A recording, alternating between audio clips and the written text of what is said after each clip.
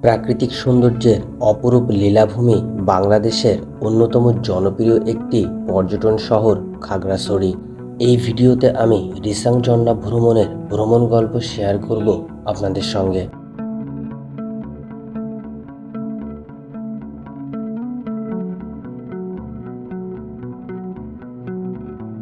রিসাং ঝর্ণা খাগড়াছড়ি শহর থেকে ৬ কিলোমিটার দূরে অবস্থিত। খাগড়াছড়ি শহরের খুব কাছাকাছি অবস্থিত হওয়ায় এটি খাগড়াছড়ি শহরের অন্যতম জনপ্রিয় একটি পর্যটন কেন্দ্র। রিসাং ঝর্ণার প্রবেশ মূল্য জনপ্রতি ২০ টাকা। টিকিট কাউন্টার থেকে বেশ কিছুটা রাস্তা আপনারা যে সিএনজি নিয়ে যাবেন সেই সিএনজিতে করে যেতে পারবেন। তারপরে সিএনজি থেকে নেমে বেশ অনেকটা রাস্তা আপনাকে পায়ে হেঁটে যেতে হবে, যেটা সম্পূর্ণ পাহাড়ি রাস্তা হলেও এই রাস্তাটি কিন্তু ইট দিয়ে তৈরি করা, তাই আপনার হাঁটতে খুব বেশি কিন্তু অসুবিধা হবে না। যদি চান তাহলে আপনি আপনার সিএনজি যেখানে নামিয়ে দেবে সেখান থেকে একটি লাঠিও সংগ্রহ করতে পারবেন, যেটি প্রতি ঘন্টা ২০ টাকা করে ভাড়া দিতে হবে। খাগড়াছড়ি মূল শহর থেকে সিএনজি বা চাঁদের গাড়ি রিজার্ভ করে আপনারা চাইলে ঘুরে আসতে পারবেন রিসাং ঝর্ণা থেকে। আর যারা সাজেক ভ্রমণে যান তারা সাধারণত রিসাং ঝর্ণা ঘুরতে যান। রিসাং ঝর্ণা ঘুরতে হলে আপনি যদি সাজেকের যে সিএনজি বা চাঁদের গাড়ির ফুল প্যাকেজটা রিজার্ভ করেন তাহলে কিন্তু সেই প্যাকেজের ভিতরেই তারা আপনাকে এই রিসাং ঝর্ণা থেকে ঘুরিয়ে নিয়ে যাবে, যার জন্য আপনাকে অতিরিক্ত কোনো সিএনজি বা চাঁদের গাড়ি রিজার্ভ করার প্রয়োজন হবে না। আর যদি আপনি চাঁদের গাড়ি বা সিএনজির ফুল প্যাকেজ রিজার্ভ না করেন তাহলে আপনাকে আলাদা সিএনজি বা চাঁদের গাড়িতে করে এই রিসাং ঝর্ণাতে যেতে হবে। আমরা বেশ অনেকটা রাস্তা হেঁটেছি। এবার আমরা ঝর্ণাতে নামার জন্য যে সিঁড়িটি তৈরি করে রেখেছে সেই সিঁড়ি দিয়ে আমরা নিচের দিকে নামব। এই সিঁড়ি দিয়ে নিচের দিকে নামতে নামতে আপনার নজরে পড়বে পাহাড়ি অপরূপ সৌন্দর্য। সবুজে ঘেরা এই অপরূপ পাহাড়কে দেখে আপনার চোখ নিশ্চিত জুড়িয়ে যাবে।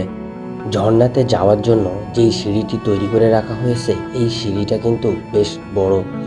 এই সিঁড়িতে আপনাকে বেশ কিছুক্ষণ হাঁটার পরে কিন্তু আপনি ঝর্ণার কাছে পৌঁছাবেন।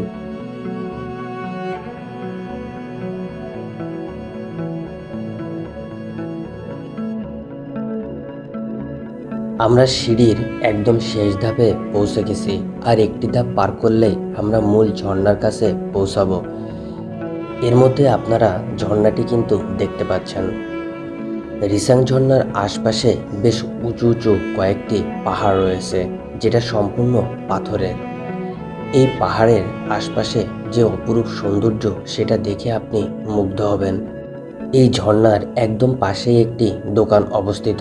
আপনি চাইলে এই দোকান থেকে কাপড় পরিবর্তন করতে পারবেন। এছাড়া এখানে বেশ ভালো পানির ব্যবস্থা রয়েছে, যেখানে ঝর্ণা থেকে গোসল করে আসার পরে আপনি চাইলে ফ্রেশ পানি দিয়ে গোসল করতে পারবেন। তার জন্য তাদেরকে অতিরিক্ত টাকা প্রদান করতে হবে। ইতিমধ্যে আমরা রিসাং ঝর্ণার একদম কাছে পৌঁছে গেছি। সাধারণত আমরা ঝর্ণা বলতে যেমনটা বুঝি এই রিসাং ঝর্ণা কিন্তু তেমনটা নয়। আপনারা দেখতেই পাচ্ছেন পাথর কেটে তারপরে কিন্তু রিসাং ঝর্ণার কাছে যাওয়ার রাস্তাটি তৈরি করা হয়েছে। এই রাস্তাটি আমার কাছে দেখে বেশ অনেকটাই বিপজ্জনক মনে হয়েছে। বেশিরভাগ মানুষই রিসাং ঝর্ণা ভ্রমণে এলে তারা কিন্তু ঝর্ণাতে গোসল করেন না।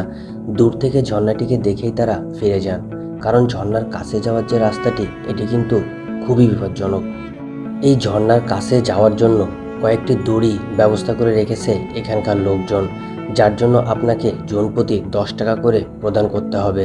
যদি আপনি দড়ি ধরে ঝর্ণার কাছ পর্যন্ত যান তাহলে অবশ্যই আপনাকে এই টাকাটি দিতে হবে।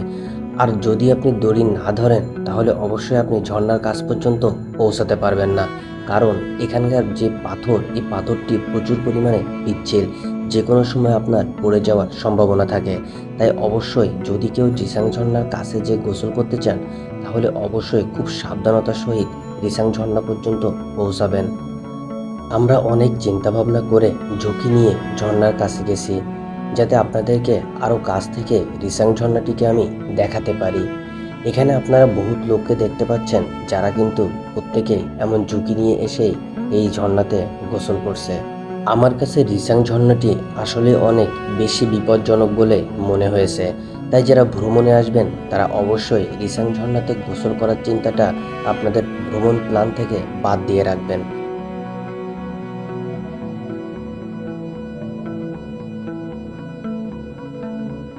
রিসাং ঝর্ণা কিন্তু খুব বেশি বড় একটি ঝর্ণা নয়, এটি মাঝারি আকৃতির একটি ঝর্ণা। যারা সাজেক ভ্রমণে যান এবং সাজেকের ফুল প্যাকেজ নিয়ে এই রিসাং ঝর্ণাতে ভ্রমণে আসেন, তাদের জন্য আমার একটি পরামর্শ হলো আপনারা আপনাদের ভ্রমণ প্ল্যান থেকে রিসাং ঝর্ণাকে বাদ দিয়ে রাখতে পারেন। কারণ এখানে দেখার মতো তেমন কিছুই নেই। আপনি খুব ভালোভাবে কিন্তু এই ঝর্ণাটি উপভোগ করতেও পারবেন না। তাই আপনারা আর যে দুইটা পর্যটন কেন্দ্র রয়েছে, যেটি আলোটিলা পর্যটন কেন্দ্র এবং খাগড়াছড়ি জেলা পার্বত্য হর্টিকালচার পার্ক, সেটাতে কিন্তু বেশ কিছুটা সময় বেশি দিয়ে ঘুরতে পারবেন। এটাই ছিল আমার রিসাং ঝর্ণা ভ্রমণ গল্প। যদি ভিডিওটি ভালো লেগে থাকে তাহলে যারা ইউটিউব থেকে দেখছেন তারা চাইলে আমার চ্যানেলটিকে একটি সাবস্ক্রাইব করতে পারেন। আর যারা ফেসবুক থেকে দেখছেন তারা চাইলে আমার পেজটিকে একটি লাইক বা ফলো করতে পারেন। আর যদি রিয়েল টাইম আমার সঙ্গে কানেক্ট থাকতে চান তাহলে আমার ইনস্টাগ্রাম পেজকে ফলো করতে পারেন।